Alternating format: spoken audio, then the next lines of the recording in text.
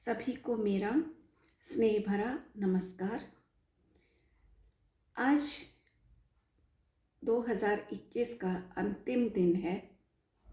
कल से नया वर्ष शुरू होने वाला है। वैसे तो नए वर्ष में कुछ नया नहीं होता है, लेकिन हमें कुछ नए की शुरुआत करनी चाहिए, तभी नव वर्ष सार्थक होगा। तो उसके लिए आज मैं आपको अपने जीवन के पुराने संस्मरणों में से कुछ लेकर के उदाहरण और आपको बताना चाहूँगी कि हम अपने जीवन में क्या बदलाव कर सकते हैं, क्या परिवर्तन करके हम नववर्ष को मंगलमय और अच्छा बना सकते हैं, पहले से बेहतर बना सकते हैं। 2021 से 2022 और बेहतर बने, ऐसा क्या करें हम?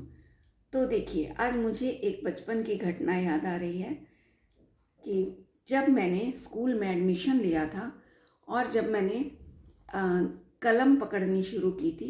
पहले तो तख्तियाँ होती थी हमारे टाइम पर, तो उन पर चौक से लिखा करते थे, फिर वो वॉश हो जाया करती थी, साफ़ हो जाती थी, वही तख्तियाँ चलती रहती थी। फिर थोड़े बड़े होने पर हमें कलम पकड़ाई जाती थी, जिसको इंक में डुबो डुबो करके इस तरह लिखा जाता था। तो जब मैंने कलम पकड़नी शुरू की, तब तक थोड़ी बड़ी भी हो गई थी, बुद्धि भी थोड़ी सी विकसित हो चुकी थी। तब क्या होता था कि कुछ गलत लिख देते थे, मान लो हम अपनी कॉपी पे, तो वो पेपर टीचर को सबमिट करने से पहले अपनी गलती को मैं रिमूव करने की कोशिश करती थी, लेकिन काट पीट करना नहीं अच्छा लगता था। तो क्या करती थी, उसे ना नंबर भी कटा करते थे। हैंड राइटिंग गलत ओवर कटिंग हो जाती है ना जब, तो नंबर कटते थे। तो मैं वो भी नहीं करना चाहती थी। तो मैंने क्या किया, कभी चॉक का प्रयोग करके अपने उस गलत लिखे हुए को रब करना चाहा, लेकिन वो सफल नहीं होता था, क्योंकि चॉक तो मिट्टी होती है, झड़ जाती थी। और हमारे ज़माने में आज के जैसे एडवांस टेक्नोलॉजीज तो थी नहीं कि आजकल तो बड़ी आसानी से पुराना रब करके और ऊपर से नया कुछ भी लिखा जा सकता है, पता नहीं चलता। पर हमारे समय में ये सब नहीं होता था। तो मैंने क्या किया, ये अपना स्लाइवा लिया, थूक, और उसको उस गलत लिखे हुए शब्दों के ऊपर ऐसे फिरा देती थी। तो उससे वो मिट तो जाता था, लेकिन वहाँ वो इंक का हल्का हल्का मार्क छोड़ जाता था, और उन पेपरों को गीला करके उनमें गड्ढे छेद आदि वो सब भी बना जाता था। कहने का मतलब कि वो मेरे पेपर्स को गंदा कर जाता था, पता चल जाता था, मतलब कि इसने कुछ गलत करके इसको रब किया हुआ है, मिटाने की कोशिश की हुई है, ये चीज़ पता चल जाती थी देखने भर से। तो अब मेरी जो टीचर थी, उन्होंने मुझे शुरू में तो बहुत डांटा कि ये क्या गंदगी की है, नंबर भी काटे गंदगी के। और काट पीट तो हो ही गई, उस तरह की काट पीट नहीं हुई, लेकिन रबिंग करके जो पेपर गंदा हुआ और फिर ऊपर से दोबारा से लिखा गया, तो उससे गंदगी तो आती थी कॉपी में, तो मेरे नंबर भी कटते थे। तो फिर टीचर ने मुझे डांटा कि तुम इतना गंदा काम क्यों करती हो। तब फिर, और हालांकि हैंड राइटिंग मेरी बहुत सुंदर थी, तब भी नंबर कट जाते थे सिर्फ उस गलती से। तो मैंने उनको बोला एक दिन, उन्होंने मुझे, नहीं पहले तो मैं डरती थी उनकी डांट से, फिर एक दिन उन्होंने मुझे बहुत प्यार से समझाया बैठाकर कि तुम्हारी हैंड राइटिंग इतनी सुंदर है, तुम ये काम क्यों करके गंदा करती हो और क्यों नंबर कटवाती हो। तब मैंने उनको बोला कि मैं नहीं चाहती कि मेरी गलतियाँ बच्चे देखें, लोग देखें और मेरा मजाक उड़ाएं। तब टीचर ने मुझे फिर और ज़्यादा प्यार से समझाया कि देखो, ऐसा करने से तुमने जो गलत लिखा था उसको तो तुमने मिटा दिया, उसके ऊपर नया भी लिख दिया, पर क्या तुमने कभी ये सोचा कि ये जो तुमने मार्क छोड़ दिया है रब करने का, इसी से तुम्हारी गलती सामने आ रही है और ज़्यादा हाईलाइट होकर के आ रही है, छुपेगी नहीं। उल्टा इस चीज़ से तुम्हारे एक गंदे मैले व्यक्तित्व पर, पर्सनालिटी पर भी एक क्वेश्चन मार्क खड़ा हो जाता है। उल्टा लोग ये भी कहेंगे कि गलती तो करती है सो करती है, ऊपर से उसको मिटाने की गलती और करती है, और उसके कारण जो कॉपी किताबें तुम्हारी गंदी हो रही हैं, वो एक और गलती। तो जब उन्होंने मुझे बड़े प्यार से ये बात समझाई, तब मुझे कुछ तो समझ में आया, लेकिन अब जब हम में पूरे मैच्योर हो चुके हैं, तो अब वो घटना जब मुझे याद आती है तो मुझे उससे आज वो चीज़ अपने जीवन से रिलेट करती हूँ मैं उसको, उस घटना को। वैसे तो वो बड़ी मामूली सी घटना लगती है लोगों को, क्योंकि हर किसी ने अपने जीवन में ऐसा किया ही होता है, किसी ना किसी क्षेत्र में, किसी ने कम तो किसी ने ज़्यादा किया ही होता है, जर्नली ही आप लोगों ने भी किया होगा। तो अब मैं जो कहना चाहती हूँ इस एग्जाम्पल से, वो बहुत मूल सार है इस बात का। अब आप समझिए कि ऐसी गलतियाँ हम अपने जीवन में भी बहुत करते हैं और उन्हें छुपाने की कोशिश करते हैं लोगों से, कि लोगों तक ना पहुँचे हमारी गलतियाँ, ताकि हमारा मजाक ना बने। इस डर से हम अपनी गलतियों पे पर्दे डालने की कोशिश करते हैं, लेकिन उससे क्या होता है, दोष जो है ना, गलतियाँ जो हैं वो हमारे जीवन से दूर नहीं हो पाती, वो बनी रहती हैं हमारे जीवन में। और फिर हम बार बार गलती करते हैं, क्योंकि वो बनी हुई है ना, ख़त्म तो हुई नहीं।